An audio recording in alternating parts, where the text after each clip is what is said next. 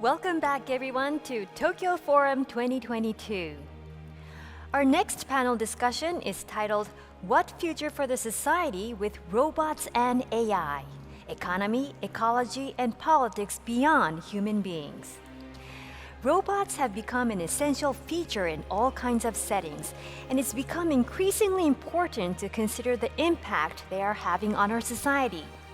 How will our coexistence with robots and AI, whose abilities meet or exceed our own, affect our politics, ecology, and even our relationships with fellow humans? This session will propose some avenues of reflection on the present and future of autonomous robotics. Let me introduce to you the moderator of this session, Gentiane VENTURE, professor of the Graduate School of Engineering at the University of Tokyo.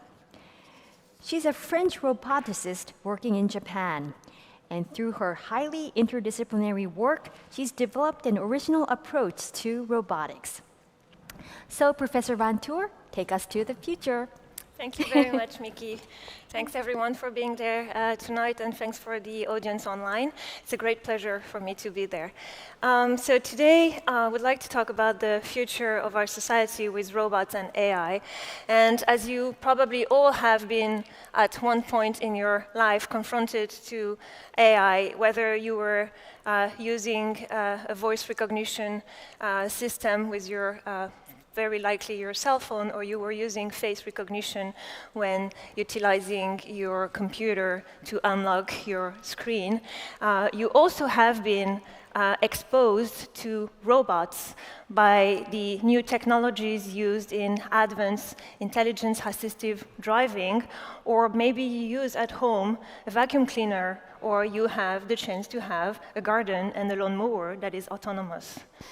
And it is true that these systems have been around us, and they are going to be more pregnant in our future lives. And in that case, it is also true to say that these systems and these technologies have already transformed our societies by the debates that they are generating. And it is also not overrated to say that intelligence robotics is a total social phenomenon. A total social phenomenon is something in anthropology that was coined by Moss in the 20th century, and it's a phenomenon that transforms in depth all the aspects of a society, from the societal, the personal, the religious, the political, the legal, and other aspects, and it permeates really every sector of our culture. And by doing so, it is not unnatural to wonder how intelligence robotics, AI, and these technologies will profoundly transform and challenges us with the economical, ecological, and political changes that they are bringing. And so tonight, for this panel, I would like to think together with you and with our panelists, how can robot and AI change our way of life, for the better or for the worse? And I'm really excited to introduce with us tonight our four panelists, and we'll start with Yoon, sorry.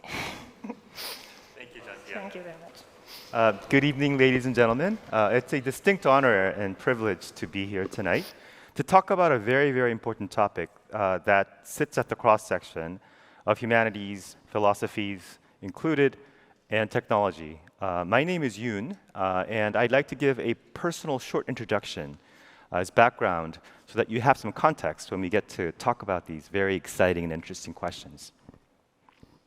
Slides, please. So 4 keywords actually can summarize the principles that I've had over the years in developing artificial intelligence technologies.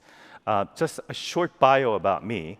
I was very interested in music when I was young, and I got to kind of apply that to studying engineering. So I started from audio engineering, studying the principles of audio, and then I got really interested in a certain type of audio that people make, which is speech.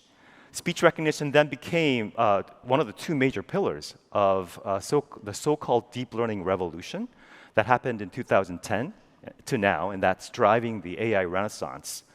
And so I became an AI expert in about 10 years. I was running a startup that got bought by Apple. And at Apple, I worked on a lot of projects, including iPhones and Watch. But the most recent projects were the AirPods and the HomePod, which are also music-related. And then I spent 4 years at SK Telecom in Korea, a leading mobile services provider, running their AI R&D, as well as their technology development in 5G and cloud. So when I was doing my startup, we were in England, and there were a lot of companies that built speech recognition technologies. This was when Siri was founded, and it was adopted by Apple. And we had the fortune of actually being acquired by Apple. And I ran the speech recognition development at Apple for 5 years. And the last project, as I mentioned, was being able to use Siri in the AirPods so that you don't have to pull out your phone when you want to call a person or listen to music or ask for directions or weather. Now at SK, I built technologies for good. And this is the theme that I want to actually present tonight as principles, which is we have to develop technology and advanced technology for the good of the humankind. And so I developed services that cater to the elderly who want to converse and have companions digitally. I also worked on AI ethics, the principles of ethics of AI, including transparency, accountability, and fairness. And then I worked on a very, very low-power semiconductor chip, AI chip, that processes these AI computations in a very energy-efficient way. And last but not least, I developed a very large language model for an AI-based companion agent that SK Telecom announced and launched today. Currently, I'm in charge of venture capital investment in high-tech AI startups around the world. And I'd like to, again, end my presentation with 4 keywords. In order for us to develop technology for good, we need to understand what humans do and what humans are. And we also need to understand what machines do and what their limitations are, and create myth versus reality and understand them better. We both need to have experience. I say a picture is worth 1,000 words, and I think an experience that's visceral is worth 1,000 pictures. So we need to experience together how it is to coexist and collaborate and cooperate in the world. We need to do this together. So that's the main theme that I'd like to actually propose and evangelize tonight. Thank you very much. Thank you very much, Yoon. And our second panelist is Yuko Harayama. Thank you. Thank you for having me tonight with the panels. I'd like to start now with the slide, please. OK, we didn't discuss before, but I'm just talking about the human. So human, machine, and my solution is human-centered. Just a few words about my background. I was not from tech guys, but from policy-oriented one. So I have been one of the initiators of promoting the new concept of Society 5.0 in Japanese context. And from this concept, at the time, the Minister in charge of Science Technology asked me to lead a discussion on AI and human society. So this was my first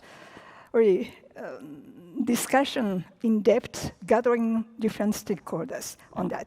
And then now, actually, I'm expert in a global partnership on AI, initiated by Canada and France, but backed by G7 countries, and also discussing about ethical AI with UNESCO. So this is my background. So talking about human-machine relationship, it's not so new, because we have a long history talking about human-machine interface and so on and so on. But now with AI, probably it's changing a little bit.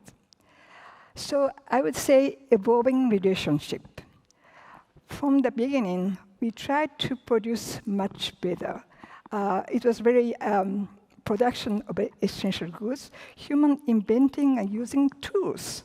But from this, we have been innovative. We moved to the mass productions and the human controlling the system, and standardized work executed by human.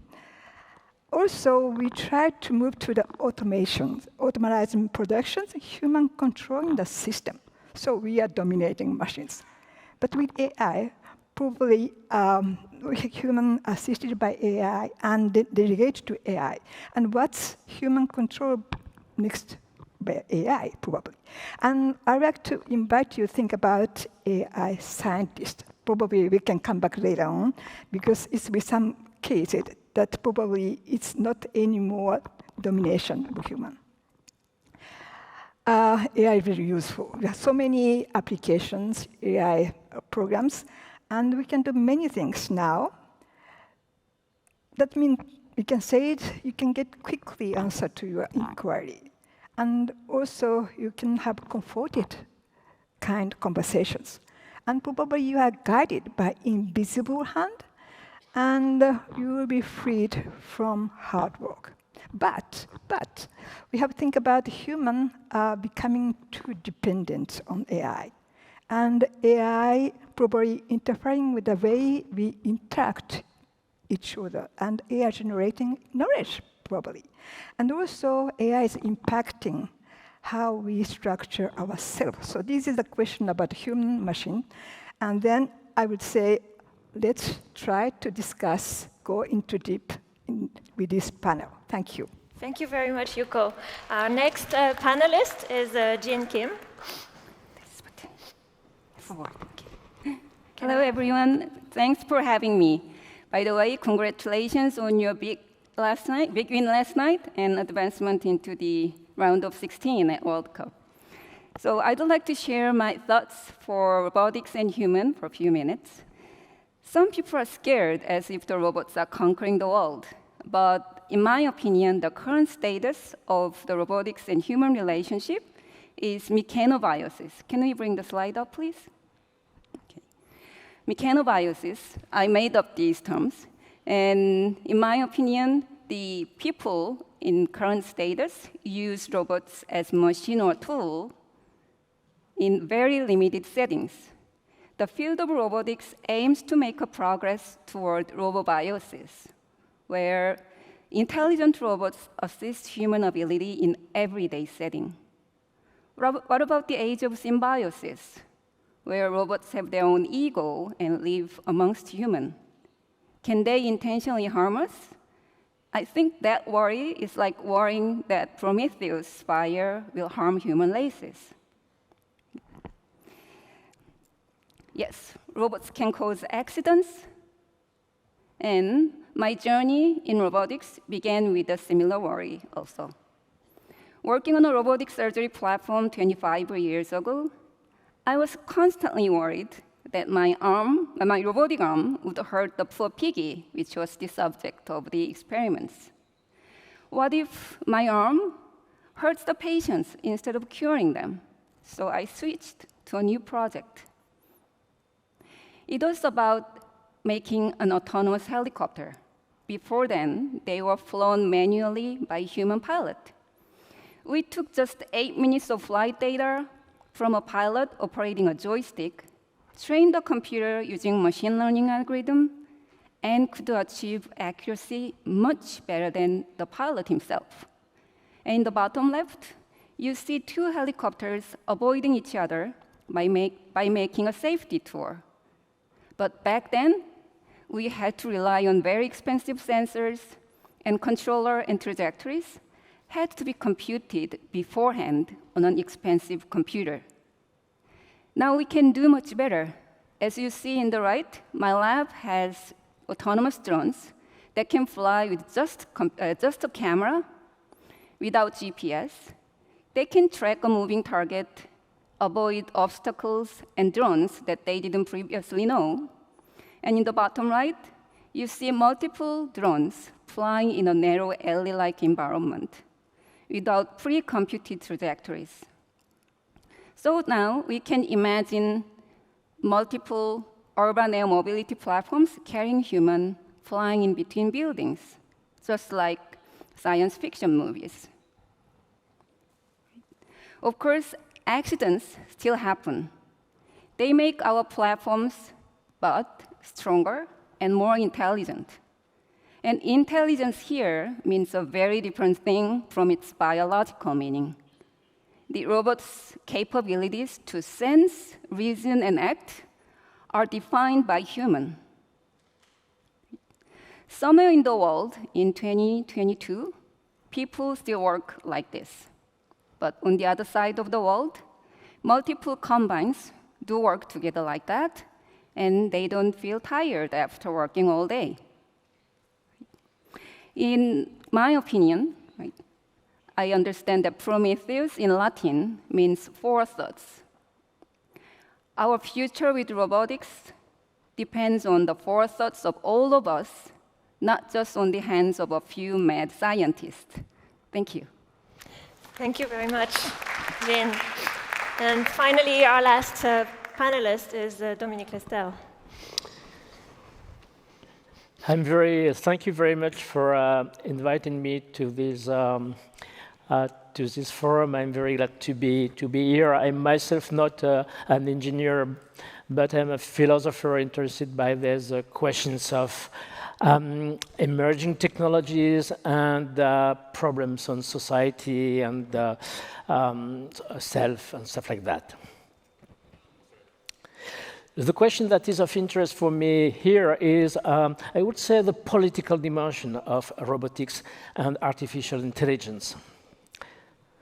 Autonomous robots, and I put autonomous with quotation because, of course, they are not autonomous. But what is interesting is to know why they are not autonomous. And autonomous robots are post-biological agents. They are living agents. Some of them are living agents, but in a different way than biological organic agents. They also are post-symbiotic agents. It means that a living agent that lives in symbiosis with other living agents, a post-symbiotic agent is an agent that creates the agents it lives in or it lives with, and this is an important point. And the starting point of my reflection here is a news that you have maybe heard. It has been given in October 2022, so it's a very recent one. It's Mrs. Young Tu. Mrs. Young Tu is the first robot CEO of a company, a Chinese company, a video game Chinese company. And I wish to try to make sense about what it means to have a CEO robot. The problem, of course, I'm not sure that this is a true story, but it doesn't matter too much. What is at stake here is to know what it means to be governed, to be ruled by a machine like that. And this goes to questions, political questions about artificial intelligence. And in a certain way, what shows Mrs. Tu, excuse me, is to reveal, to show what is usually hidden in artificial intelligence and robotics, which means that these technologies are basically technologies of power. And we have to think about that. It means that one of the consequences is that we have to think about how to design these technologies, and we have to try to open the designing of these technologies in a democratic way. What does it mean? A lot of things. For example, I will give you only one possibility, to open laboratories, to open societies doing these technologies to lay citizens. Because to be governed by an artificial intelligence is not necessarily so bad, but we have to know what is at stake with these questions and what kind of technology we wish to use, what kind of rules possibility we want to be governed by. Thank you very much. Thank you very much, Dominique. And so I would like to, you just skip it. I would like to continue on with the discussions with our panelists tonight, and I would like to thank you for the questions that you have asked us when you registered. And the last presentation from Dominique just actually reminds me one of these questions, and I would like maybe to ask also Yuko to answer that, is that how is it possible in a world that is still very challenged by war and conflicts, how is it possible to live in harmony or not with potential digital or non-biological entities? As I said before, with today's AIs, very useful, and it's embedded already in our way of living, so and so. And also, it's impacting ourselves. So the way we think, the way we feel, depend on AI recommendations. So we are now, as a society, experimenting and really are learning how to deal with these new tools, technology. We can stop advancement of technology. So AI will go far away, much more than today's, and very quickly. And the question will be how we can really make the transition. Because we, as a user, we are adapting, learning, but it's not the same speed, quite long. And we have to think about ourselves, but we do not have enough time every day. So that's why we had to fulfill this gap between technological advancement and changing way of living. So we have to start today, not just waiting that this high-performance AI will be appearing today, but now we have to prepare, and not just using technology, but to learn about what could be implications. So that's my message from now. We have to listen to everyone and just have people to say on the way we will be handling, governing AI technology. Thank you. I can't agree with you more because technology is one thing, but it had always co-evolved and kind of developed with human beings. If you think about the computer from 50 years ago and the advent of the mouse and the graphical user interface, and now that is going into more of a multimodal user interface, including conversation, this type of technological advancements actually is affecting how we communicate between human beings, how humans communicate. With the advances of the internet, now the languages that we use, written and spoken, have changed naturally. And with digital natives being now the next generation, youngsters are now AI natives, where they would consider a robot or agent, digitally or physically, to be just a natural actor in their society. And I think it's very, very important to realize that this is happening, but it should happen in a way that, again, I think that minimizes the risks of such disruptive technology in society. I am not sure to be ready to live in an harmonious society. I think that it should be very boring, and I would prefer to try to emphasize upon the kind of frictions that could be useful and interesting. For example, I could figure out a situation where artificial intelligences and robots could help natural world, animals, plants, and so on, to organize themselves against the predation, whatever it is, by humans in a society. Okay, thank you very much. Jin, do you want to add something? Sorry, the robotics engineers are quite behind your thinking. It's going to take quite a bit of time until that kind of age actually happens. Sorry about that. Is it a good news? Yeah. Do you want to add something, Yuko? Thinking about the future, and I just say about AI scientists, a few words about that. Because today we have so many ways to use AI, but in science too, to do science. Because by the past we say it's a privilege of human to create knowledge. But now we are asking ourselves which part of this creation will be from human. Because now you can have an algorithm generating hypotheses, designing experimentation, getting data, analyzing data, and visualizing data, and writing paper also, it's possible, and individually. But putting all together, human you, what you will do that. So it's the question to how to differentiate with AI, organized science, and human beings. So for me, it's really critical to have out-of-the-box thinking, to be innovative, and also to have more feeling or affective to bring all the capacity of a human. That maybe differentiate AI scientist and human scientist. I stop here. Thank you very much. And I think that's the perfect transition to one of the next questions that we had from the audience.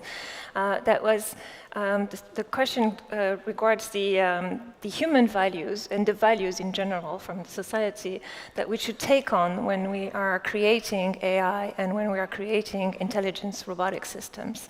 And in particular, this question was targeted to the manufacturing field, but I think it could apply, as you mentioned, with the AI scientists to all of us right now. So I don't know, maybe you have a take on that. Maybe Jin, you want to answer that question? Okay, thanks. So Japan and Korea are two of the nations that can extract most amount of economic values by introducing robots into the workplace. We in common have a large manufacturing sector, aging population, younger generation that prefers white-collar jobs, and competition from up-and-coming nations in terms of the production cost. Robots can do most of the predefined work much better than human workers. They are faster, more efficient, and more precise. So by 2030, a lot of expectations are there that 30% of all manufacturing jobs will be taken by robots. They don't need air conditioning, so it can help environments too.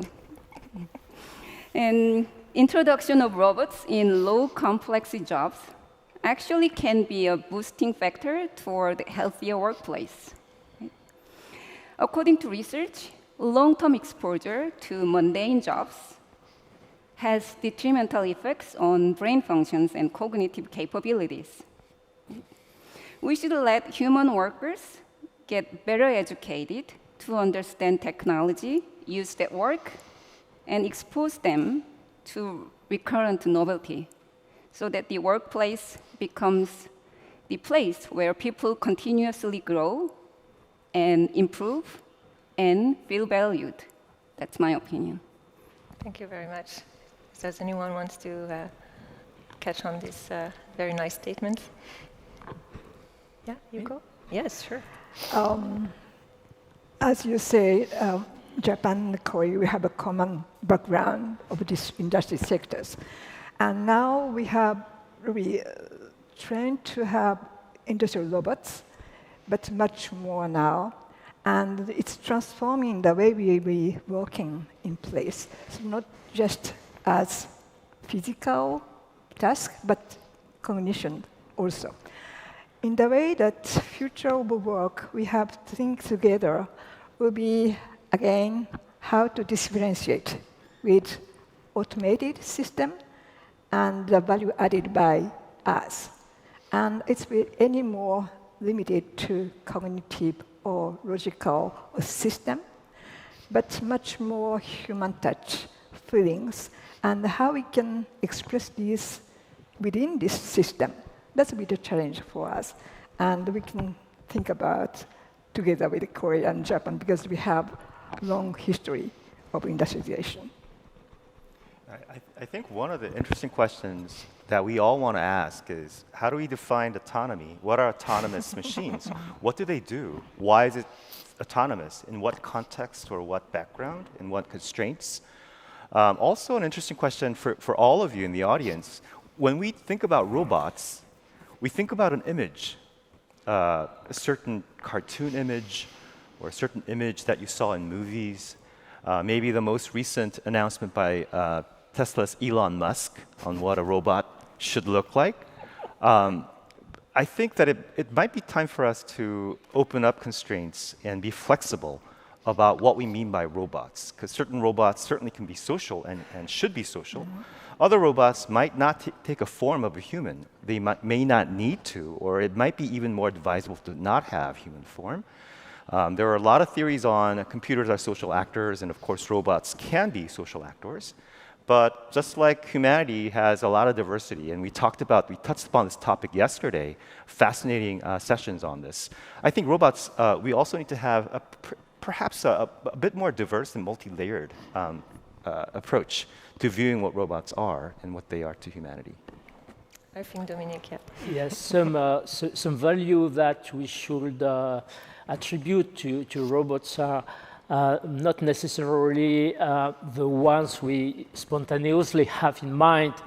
And I would say that to do nothing could be a value for some robots.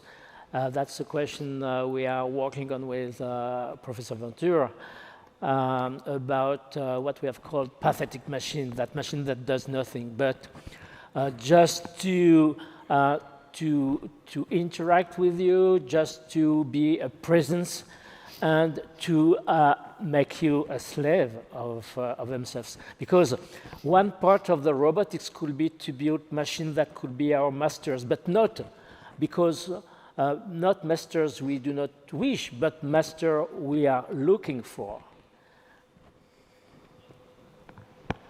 That's an interesting. Yes, Yuko. Because of the aging society in Japan, social robots will be coming into our home. That is something that we can easily imagine. But just interacting with robots or social robots and elderly, I would say elderly want to be active. That means not to be supported by others, but I want to do something to someone. And when you don't have someone around you, probably you need to have something. Could be a social robot.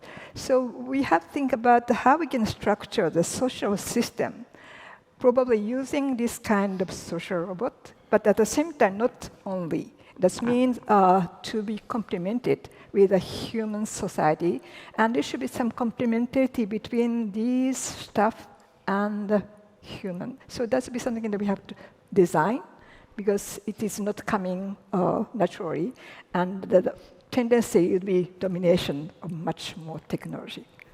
So if I follow you, how do you think it is possible to design the society or the technology or both so that they grow and change together at the same time, as you mentioned, so that we have both machine and human sharing and working and being together, while we don't have a supremacy of one or the other. But again, we're back to this notion of harmony, which might not be very pleasing for Dominique, but but still, I think there is a need, at least, to respect each other and to get together.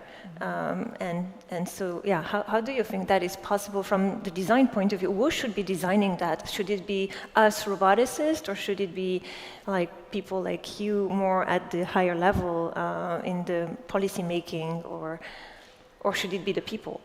Just a few ideas about probably we can keep intentionally.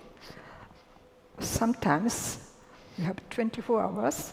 Some hours purely disconnected, something like that.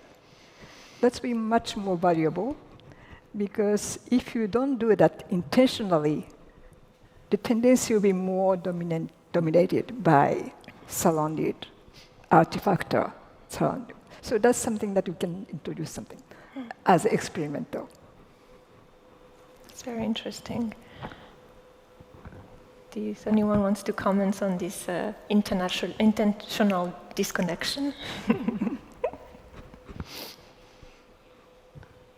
Well, I'll just note that with COVID, tremendous pace of acceleration and digitalization happened.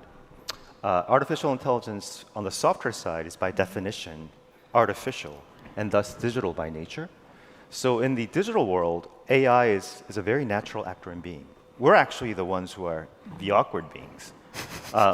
When you go back to analog, and I think this will happen is that post-COVID, people will yearn for analog, yearn for offline, yearn for things that are more visceral and haptic-oriented, that they can feel and touch. And so it's going to be interesting to see how AI and robots and companions can help you achieve a very healthy balance and harmony of your life that consists of digital life and analog life. So I'd like to add a quick point about the surgical robots. I mean, surgical robots, robotic surgery has become an integral part of 21st century medical treatments, not just because platforms have been improved and stabilized, but also because people have figured out the correct indications for applying the haptics. And as a result, surgical complications have been dramatically reduced, and complex operations can be done much safer than ever before. So I think it takes the efforts both from robotics and sociologies. Thank you very much. Dominique, do you want to add something? No, next. You're good. So I wanted also to go back to this notion of harmony, which is probably a kind of like utopia, because we don't live ourselves in harmony with other human beings. We don't live in harmony with the surrounding environments. So I can see it hard for us to live really in harmony with non-biological entities that are even creature of the humans. But then one question that was asked by the audience and that I think is very relevant to today's discussion is that how can we, or how could AI support the harmony process, or on the contrary, could be destructive or could lead to more conflicts that we already have right now? Yeah, again, with any disruptive technology, there is a Jekyll and Hyde aspect of it. And AI is an example, a prime example of the Jekyll and the Hyde being extreme, at two extremes. And so I always joke that people believe, especially in the AI technical field, that AI could save the world in terms of sustainability, biodiversity, environments.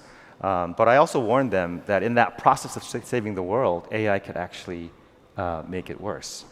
For the entire humanity and Mother Earth, as we discussed and as we realized in the previous session. Certainly, I think it boils down to makers, developers, users, policymakers, and the entire human race to make sure that AI is used in ways that are ethical, that are proper, that are transparent, and that they're open. Unfortunately, the current state of AI research, especially with respect to US-China relations and respect to private companies not opening up their models, is a little concerning to me. And I think that we should continue to aim for openness, for transparency in all that we do, research, development, commercialization, and enforcement of policies. So Dominique and then Yuko. Yeah. Maybe we have to think about what it will mean to introduce massively artificial intelligences and robots in societies. We used to think, for example, that it would be a good thing to have robots to do things because humans will be free to do meaningful things. What is striking is that this discourse is usually given by high-level managers and not by workers themselves.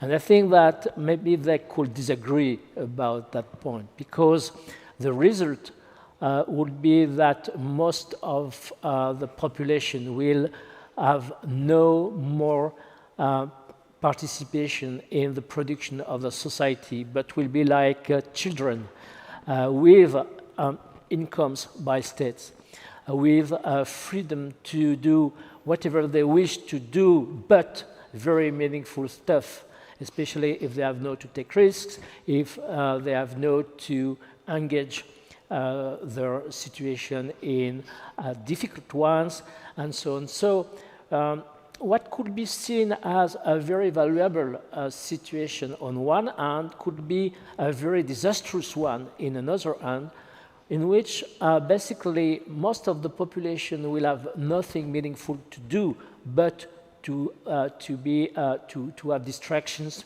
and sports and video games and virtual realities in which they could have the feeling to be somebody. And I think this is really a big problem for coming society. Yeah, Yuko. There are so many international fora discussing about what should be principles to really develop and apply AI. And everybody agree, not everybody, but some convergence of view as you described. But key challenge will be translating these principles into the practice for not only for developers of AI, but for those who be inconsciously using AI. But today, because of smartphone, everyone is dependent on AI. And we don't know exactly what's happened behind this machine tools, because it's connected, and probably inconsciously you are impacted by. And that's why we have to give space to have to say what's about, and not only asking to key stakeholders as usual, but ordinary people on the workplace. What's the change you perceive today, 5 years ago, and today, and what could be the coming next? And we have to design the future together. That's the meaning, as you say, bringing people not just as a user, but as a key stakeholders. Yeah, when we talk about AI ethics, we usually talk about ethics of the AI itself, the algorithm, the robot, the service, that it should be transparent and fair, and it should be safe, and so on and so forth. And there are a lot of computer science conferences. HCM Fact is one conference where they look at fairness and accountability and transparency from the technical point of view. But I think what's missing right now is AI ethics for users of AI, for social actors of AI that are humans. And I think it's a fascinating area. And I think in the next few years, as AI become more prevalent in our lives, this is going to be a very actively engaging discipline for both research and also for commercialization. To make a link with a philosopher. Exactly. Jin, do you want to comment on this? Actually, I want to go back to Yoon's first comment about the opening the data and code. So I think it's optimistic that one of the recent trends in robotics and AI is to open up their code or data, except a few examples that you mentioned.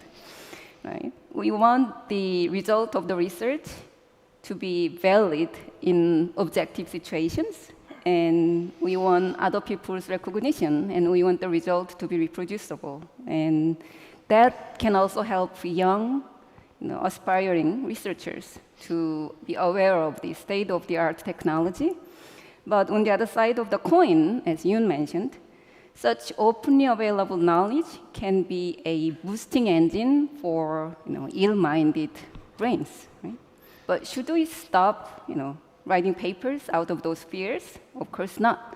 Of course, we have to come up with better ways to control such dangerous potential. But that depends on all of us, not just few engineers, I hope.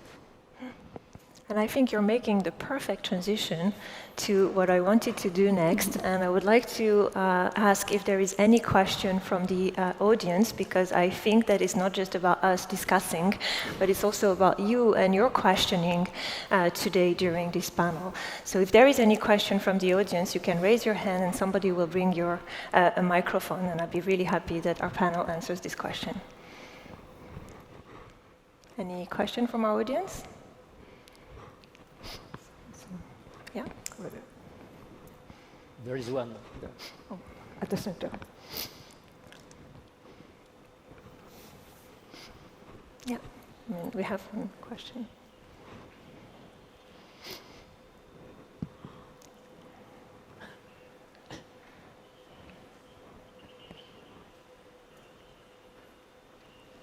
Can we have someone bring the microphone, please?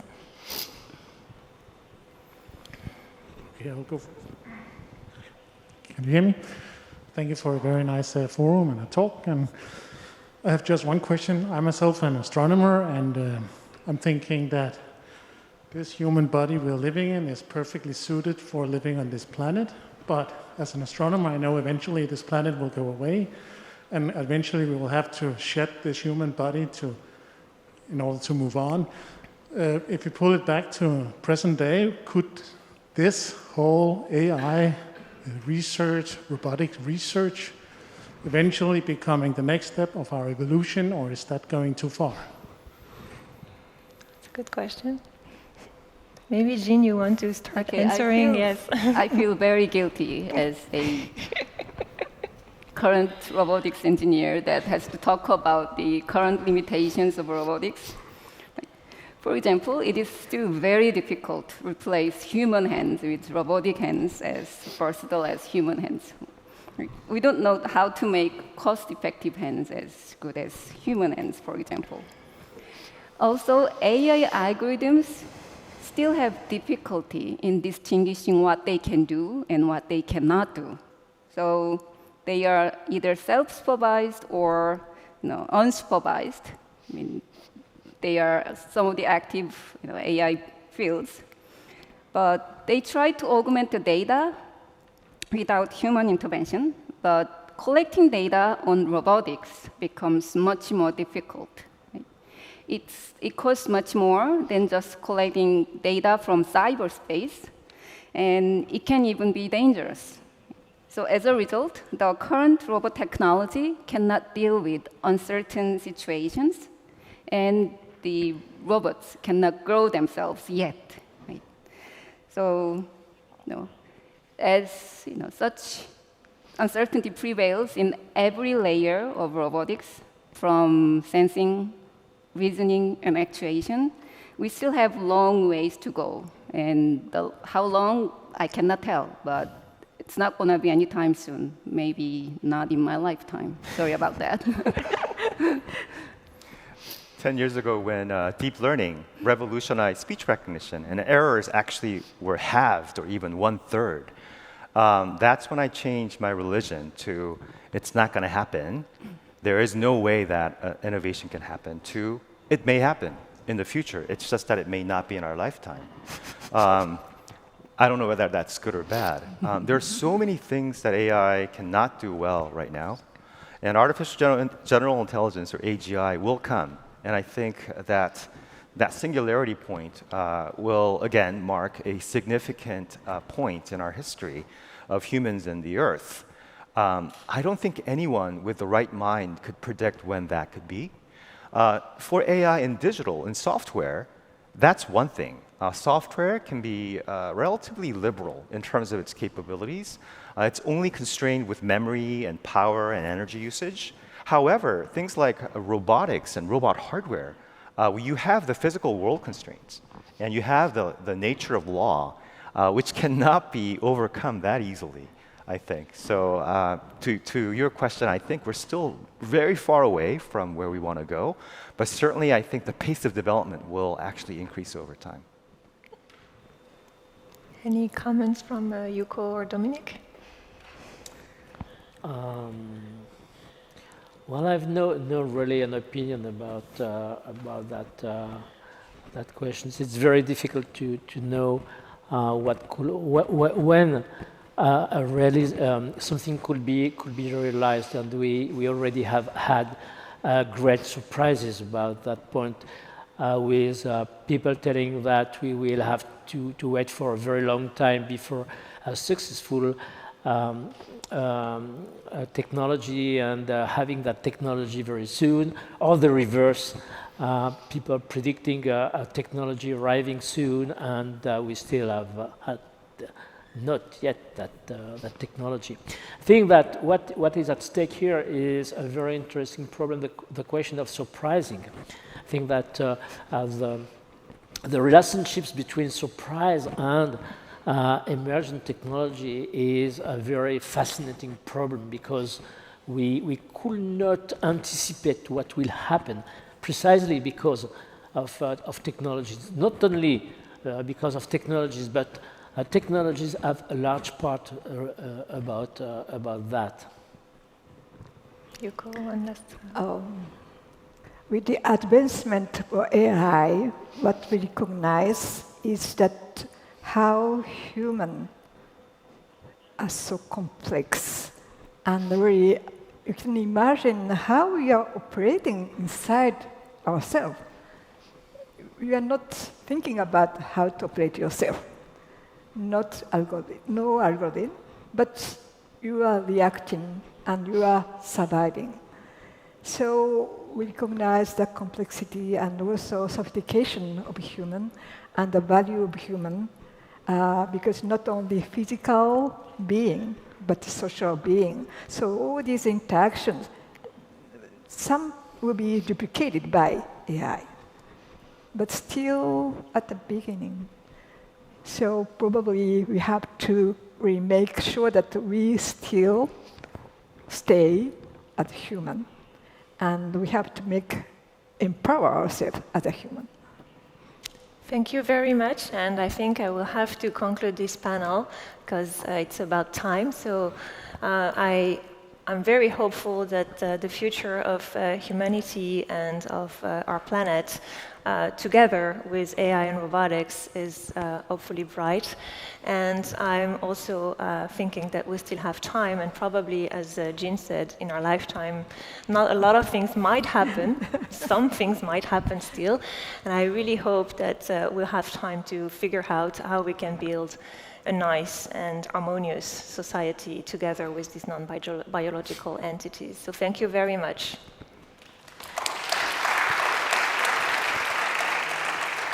Thank you very much, Professor Venture, Professor Lestel, Professor Harayama, Mr. Kim Yoon, and Professor Kim Hyoun Jin for offering us a glimpse into the future and the challenges and how we can design our future with robots and AI. Thank you very much.